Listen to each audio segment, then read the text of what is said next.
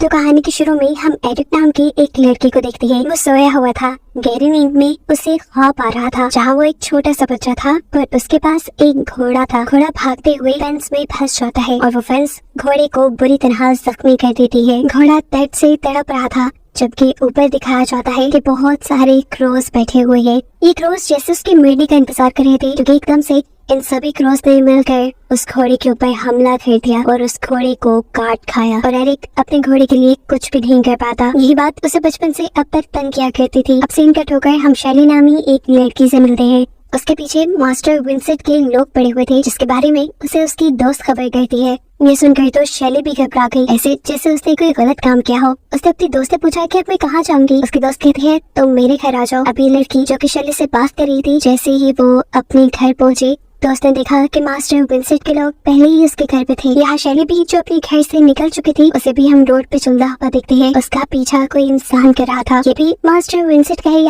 आदमी था। शैली इसके बारे में जान गई थी। वो अपनी स्पीड बढ़ा देती है और ऐसे बढ़ते आने में उसकी टक्कर हो जाती है पुलिस से। उसका हैंडबैग नीचे गिरता है जिसमें थी ड्रग्स और ड्रग्स रखने के जुर्म में पुलिस उसे अरेस्ट कर लेती है और ऐसे में वो मास्टर विंसेंट के लोगों से बच गई। जेल के अंदर ही हम एरिक को भी देखते हैं क्योंकि उसे भी ड्रग्स बेचने के जुर्म में अरेस्ट किया गया था। यहीं पर अब एरिक को शैली भी दिखती है जिसे अभी अभी यहाँ लाया गया था और एक झलक शैली भी एरिक के ऊपर मारती है और फिर ये दोनों एक दूसरे की नजरों से दूर हो जाते हैं। यहाँ अब पहली मर्तबा हमें मास्टर विंसेंट को दिखाया जाता है जिसने शैली की दोस्त को बंदी बनाया हुआ था। वो उनसे शैली का पता पूछते हैं लेकिन उसे तो पता मालूम ही नहीं था क्योंकि उसके घर पहुंचने से पहले ही शैली अरेस्ट हो चुकी थी। वो घबराई हुई थी। मास्टर विंसेंट से वो रिक्वेस्ट करती है प्लीज मुझे छोड़ दो, मुझे जाने दो। लेकिन गुस्से में मास्टर विंसेंट उठकर उसके कान में कोई मंत्र बोलते हैं। ये मंत्र उसे ऐसा पोसेस कर गया कि उसे कोई होश न रही। मास्टर विंसेंट की एक लड़की ने उसके पास एक चाकू रखा और इसी पोजीशन में उस लड़की ने चाकू उठाकर अपने आप को बाहर वार करके मार डाला। उसके मरते ही मास्टर विंसेंट अपने चेयर से उठे। जिस चाकू से उस लड़की ने अपने आप को मारा था उसी चाकू से अपने हाथ पे कट लगाया और फिर वो कट लगा हाथ उस लड़की के भी बहते खून के ऊपर रख दिया जिससे उनको काफी ताकत मिल गई। ये उनके साथ क्या हो रहा था ये आगे चल के मूवी में पता चलेगा। जेल के अंदर दिखाया जाता है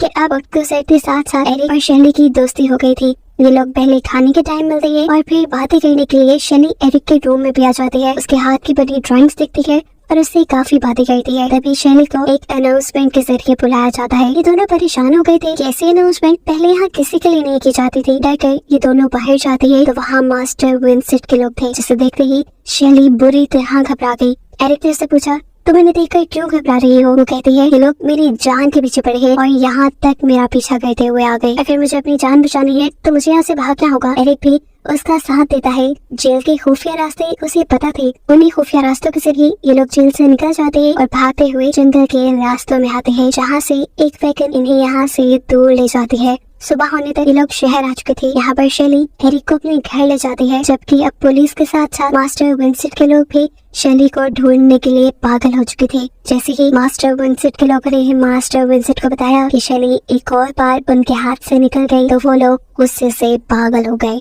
और उन्होंने अपने लोगों से कहा मुझे किसी भी हाल में शैली जिंदा या मुर्दा चाहिए। ये कहकर वो कॉल काट देती है। यहाँ शैली और एरिक दोनों पार्टी करने के लिए निकले हुए थे जहाँ पर एक आदमी शैली को देख लेता है और उसके कान में कोई अजीब सी बात कहता है। ये सुनते ही वो डर गई और जल्दी से इस पार्टी से बाहर आ गई। एरिक पूछता है तुम बाहर क्यों आई। वो बताती है कि असल में मेरी जान को खतरा है। वो अब अपनी जान बचाने के लिए एक गोदाम में जाती है लेकिन बदकिस्मती उसकी क्योंकि यहाँ पर पहले ही मास्टर विंसेंट के लोग आ चुके थे जो उनके यहाँ आते ही उनके ऊपर हमला कर देते हैं और उनके चेहरों के ऊपर प्लास्टिक रैप लपेट देते हैं। इसकी वजह से अब उनका सांस घुटने लगा था। ये लोग तड़प रहे थे लेकिन मास्टर विंसेंट के लोग इनके ऊपर बिल्कुल तरस नहीं खाते और तब तक उनके मुंह पे ये प्लास्टिक रैप बंधा रहने देते हैं जब तक उनकी जान नहीं निकल गई। ये अब मर चुके थे। इन लोगों को जब होश आया तो ये दोनों पानी में थे। ये एक दूसरी ही दुनिया थी। शैली इस पानी में डूब रही थी और एरिक उसे बचाने की कोशिश कर रहा था। बार बार कोशिश करने के बावजूद भी जब वो शैली को बचा नहीं पाता तो खुद तैरते हुए वो ऊपर आ जाता है जहाँ उसे कैरनोस नामी एक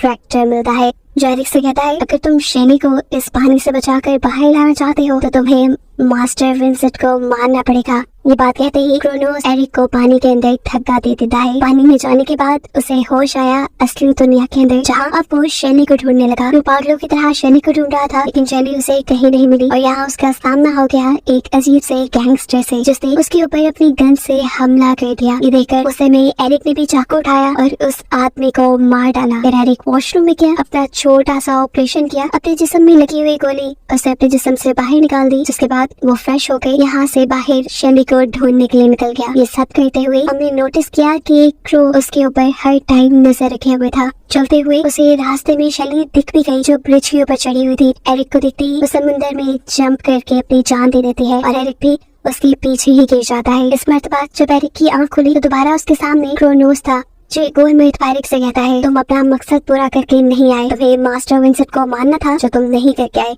इसलिए तुम दोबारा जाओ और अपना मकसद पूरा करके आओ। ये कहते ही क्रोनोस ने एक और मर्तबा उसे पानी में धक्का दिया और होश आया। फिर एरिक को अपनी जिंदा लाइफ में, अपनी असल दुनिया में, जहाँ अब वो अपने दोस्त के घर जाता है, उसे याद था कि उसे इस दुनिया में सिर्फ मास्टर विंसेंट को मारने के लिए भेजा गया है। इसीलिए वो अपने दोस्त के घर से एक गन लेता है और मास्टर विंसेंट को मारने के लिए निकल जाता है। वो जब बाहर निकला तो उसे एक लड़की दिखाई दी। ये मास्टर विंसेंट की बहुत करीबी थी। उसके ऊपर गन पॉइंट करते हुए एरिक उसकी गाड़ी में बैठ गया और फिर उसके घर पे आ गया। यहाँ उसके घर की तलाशी लेने पे उसे शेली के आईडी कार्ड और कुछ और चीजें मिली, जिसके बाद वो उसे छोड़कर दोबारा बाहर निकला और उसे अब मास्टर विंसेंट का ड्राइवर दिखा। एरिक गन पॉइंट करते हुए उसकी गाड़ी में बैठ जाता है और उसे कहता है चलो मुझे मास्टर विंसेंट के पास लेके चलो। लेकिन ये ड्राइवर एरिक की बात नहीं मानता और अपने आप को गन से शूट करके मार देता है। ये देखकर एरिक ज्यादा शॉक नहीं हुआ। एरिक ने उस ड्राइवर की जेब से उसका फोन निकाला, जहाँ उसने देखा कि उसके फोन पे बहुत से मास्टर विंसेंट के असिस्टेंट के मैसेजेस आए हुए थे। अब ये बढ़ ही रहा था कि एकदम से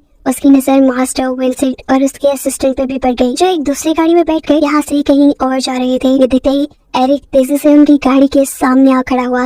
उसने गन से इस गाड़ी के ऊपर बार बार शूट करना शुरू कर दिया। मास्टर विंसेंट के कहने पे उसका ड्राइवर एरिक को अपनी कार से धक्का भी देता है, लेकिन एरिक का एक्सीडेंट होने के बजाय या एरिक दूसरी तरफ गिरने के बजाय शीशा तोड़ते हुए उनकी कार के अंदर ही आ गया। ये देखते ही मास्टर विंसेंट एरिक को शूट करने लगता है तो ये गोली उसके अपने ही ड्राइवर को लग जाती है। अब मास्टर विंसेंट और एरिक के दरमियान में हाथापाई शुरू हो जाती है। एरिक हर हाल में मास्टर विंसेंट को मारना चाह रहा था, लेकिन यहाँ मास्टर विंसेंट ने एक और मर्तबा होशियारी दिखाई और गाड़ी का दरवाजा खोल के एरिक को गाड़ी से बाहर फेंक दिया। वो रोड पे था, जहाँ पीछे से एक तेजी से आता हुआ ट्रक उसकी टांग को कुचल गया। यहाँ में दिखाया जाता है कि मास्टर विंसेंट अपने असिस्टेंट को गाड़ी में छोड़कर किसी के घर आए। ये वही लड़की थी जिसके घर अभी थोड़ी ही देर पहले एरिक भी आया था। मास्टर विंसेंट को शक था कि एरिक शेली का ही बॉयफ्रेंड है और जरूर उसको मास्टर विंसेंट के ऑफिस का एड्रेस इसी लड़की ने बताया है। इसीलिए तो वो लड़का इतनी दलेरी से मास्टर विंसेंट को मारने के लिए 3 मर्तबा आगे आया। ये लड़की ये सारी बातें खामोशी से सुनती है और मास्टर विंसेंट की बात खत्म होने के बाद कहती है मैं उस लड़की के बारे में कुछ नहीं जानती, यहाँ तक कि जितनी भी बातें आपने की मैं उसके बारे में भी कुछ नहीं जानती। ये सुनकर मास्टर विंसेंट उसे कुछ नहीं कहते, बस खड़े होकर उसके कान में एक अजीब सा मंत्र बोलते हैं और वो लड़की बिल्कुल स्टैचू बन जाती है। कुछ देर बाद हमने देखा कि वो भी अब बिल्कुल वैसे ही पोजीशन में थी जैसे मूवी के स्टार्ट में शेली की दोस्त पोजीशन में आ गई थी। अपने ऊपर कंट्रोल ना होते हुए वो किसी ट्रांस पे चलते हुए अपनी छत पे जाती है और फिर अपनी बिल्डिंग से जंप करके अपनी जान दे देती है। यहाँ हम देखते हैं कि एरिक एक डिटेक्टिव के पास पहुंचा हुआ था। वो डिटेक्टिव असल में शेली का दोस्त था, लेकिन ये डिटेक्टिव एरिक को बताता है कि मैंने तो शेली को कई दिन से नहीं देखा, मुझे नहीं पता वो कहाँ है। एरिक अब उससे पूछता है तो फिर बताओ उसके दुश्मन कौन कौन थे। ये डिटेक्टिव कहता है जहाँ तक मैं जानता हूँ शेली बहुत शरीफ थी, उसका कोई दुश्मन नहीं हो सकता। अब बेचारा एरिक चुपचाप शेली के घर जाता है। उसे वहाँ से कुछ चीजें लेनी थी, जो लेते हुए उसे वहाँ शेली का मोबाइल भी दिखा। वो मोबाइल उठाकर मोबाइल को चेक करने लगा, जहाँ उसे एक अजीब सी वीडियो मिली जिसमें मास्टर विंसेंट शेली के कान में कुछ मंत्र पढ़ रहे थे। जिसके बाद शेली पूरी तरह उनके कंट्रोल में आ गई और फिर उन्होंने शेली से एक मर्डर करवाया। असल में यही तो वो वीडियो थी जिसकी वजह से मास्टर विंसेंट शेली को मरवाना चाहते थे। मास्टर विंसेंट बहुत ही गलत कामों में इन्वॉल्व थे। उन्होंने डेविल यानी शैतान के साथ एक कॉन्ट्रैक्ट किया हुआ था, जिसके चलते वो दुनिया से अच्छी सोल्स को मारकर हेल में भेजते और फिर उन इंसानों की सारी ताकत डेविल मास्टर विंसेंट को दे दिया करता था। सिर्फ ये वीडियो ही थी जो मास्टर विंसेंट के इस काले कारनामों का सबूत थी और ये थी शेली के पास इसी वजह से मास्टर विंसेंट शेली की जान के पीछे पड़े हुए थे। एरिक अब ये वीडियो देखते ही मोबाइल लेकर शेली के घर से निकल जाता है और अपने दोस्त के घर पहुंचता है। अब इससे पहले कि वो अपने दोस्त को इस मोबाइल या इसमें मौजूद वीडियो के बारे में कुछ भी बताता, यहाँ पर मास्टर विंसेंट के लोग आ जाते हैं। एरिक वहाँ से भागने लगता है, जबकि मास्टर विंसेंट का एक आदमी उसके दोस्त को शूट करके एक ही बार में मार देता है और फिर ये लोग एरिक को भी पकड़ने में कामयाब हो जाते हैं, जो छुपने के लिए इस टाइम बाथरूम में गया था, जिसे भी अब इन्होंने गोली मारकर बाथटब के अंदर ही मार दिया। एरिक को जब होश आया तो वो दोबारा पानी में डूब रहा था और उसके सामने इस बार भी क्रोनोस था। क्रोनोस उससे कहता है, अब तुम्हारे पास आखिरी मौका है, अगर तुम इस मर्तबा भी जाकर मास्टर विंसेंट को बचा ना पाए तो हमेशा के लिए तुम अपनी शेली को खो दोगे। अब क्रोनोस आसमान में एक इशारा करता है और उसके इर्द गिर्द बहुत से क्रो मंडलाने लगते हैं और फिर एक क्रो तेजी से उड़ते हुए एरिक की बॉडी के अंदर समा जाता है। इसके बाद वो चाकू से पहले अपने हाथ पे कट लगाते हैं और फिर एरिक के हाथ पे, दोनों के हाथ से पूरी तरह खून निकल रहा था। क्रोनोस दोनों खूनों को, दोनों हाथों को मिला देता है और फिर एक मंत्र पढ़ने लगता है, जिसकी वजह से अब एरिक के पास बहुत सारी पावर्स आ चुकी थी। एरिक की आंखें बिल्कुल एक क्रो जैसी हो गई थी, जिसका साफ मतलब था कि उसमें बहुत सी पावर्स आ गई। ये सब खत्म होते ही एरिक को असल दुनिया में एक और बार होश आ जाता है और वो मास्टर विंसेंट के लोगों की गन्स उठाकर उन लोगों को मारने लगता है। उसने मास्टर विंसेंट के आदमियों को बहुत ही बेदर्दी से मारा था। उनको मारने के बाद इन्हीं आदमियों के मोबाइल पे उन्हें मास्टर विंसेंट की असिस्टेंट के मैसेजेस मिले। वो असिस्टेंट इन लोगों को सिनेमा में बुला रही थी। ये सोचकर एरिक उठता है, अपनी आंखों के नीचे कुछ काला रंग लगाता है और सिनेमा के लिए निकल जाता है। उसने हाथ में एक तलवार पकड़ी हुई थी, जिससे उसने सिनेमा के सभी गार्ड्स को मार डाला था। यहाँ इस खून खराबे की वजह से काफी भगदड़ मच चुकी थी। सिनेमा के अंदर जो मास्टर विंसेंट की असिस्टेंट थी, उसे भी ये बात पता चल गई थी कि एरिक ने यहाँ आकर खून खराबा शुरू कर दिया है और अब उसकी अपनी जान को खतरा है। जल्दी से वो इस चीज की खबर मास्टर विंसेंट को करती है और उनसे रिक्वेस्ट करती है कि प्लीज आप यहाँ आ जाएं। अभी वो कॉल ही कर रही थी कि एरिक भी उसके कमरे के बाहर पहुंच गया, जहाँ उसका सामना हुआ उस लड़की के बॉडीगार्ड से। उस लड़की के बॉडीगार्ड ने एरिक को गन से शूट किया, लेकिन एरिक अब इमोर्टल हो चुका था, यानी अब वो कभी नहीं मरने वाला था। इन गोलियों का असर उसके ऊपर नहीं होने वाला था। इस गार्ड को मारने के बाद वो अंदर चला गया, जहाँ वो उस असिस्टेंट से मास्टर विंसेंट के बारे में पूछता है। जब वो लड़की कुछ नहीं बताती तो एरिक अपनी तलवार से उसे भी मार देता है और फिर जाता है मास्टर विंसेंट के घर। मास्टर विंसेंट अपने कमरे में बैठा अपने बाल बना रहा था। यहाँ आकर एरिक ने मास्टर विंसेंट की गर्दन पे अपना चाकू रख दिया। मास्टर विंसेंट ने पूछा, कौन हो तुम? एरिक उसे कोई जवाब नहीं देता, उल्टा उसी से सवाल करता है, तुमने शेली को क्यों मारा था? मास्टर विंसेंट अब समझ गए कि ये मामला उनके बस से बाहर है, इसलिए उन्होंने इस मामले को संभालने के लिए एक दूसरी चाल चली। उन्होंने एरिक को कहा, अपना मुंह शीशे में देखा है? एरिक ने जैसे ही शीशे में देखा तो उसे अपने पीछे बहुत से क्रो नजर आने लगे। ये सब मास्टर विंसेंट ही उसे दिखा रहे थे ताकि उसका ध्यान भटक जाए। अब मास्टर विंसेंट उसके कानों में कुछ मंत्र पढ़ते हैं और फिर चालाकी से उसके जिस्म के आर पार उसी का चाकू कर देते हैं। इस मर्तबा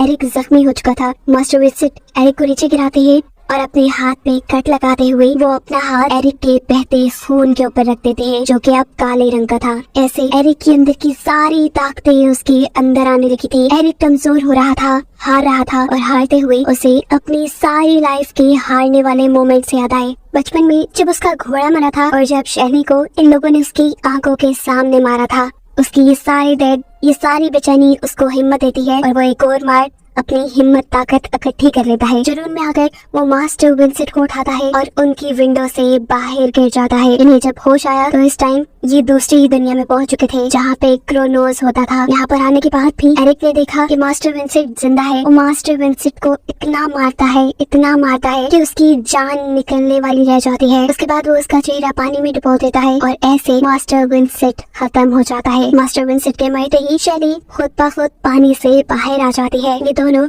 एक दूसरे को गले मिलते हैं और एक और बार मर जाते हैं। असल में ये लोग पहले ही मर चुके थे। इन्हें दोबारा सिर्फ मास्टर विंसेंट को मारने के लिए जिंदा किया गया था और अब क्योंकि इनका मकसद पूरा हो चुका था तो अब ये दोबारा मर गए हैं। यही दिखाते हुए ये मूवी यहाँ खत्म हो जाती है।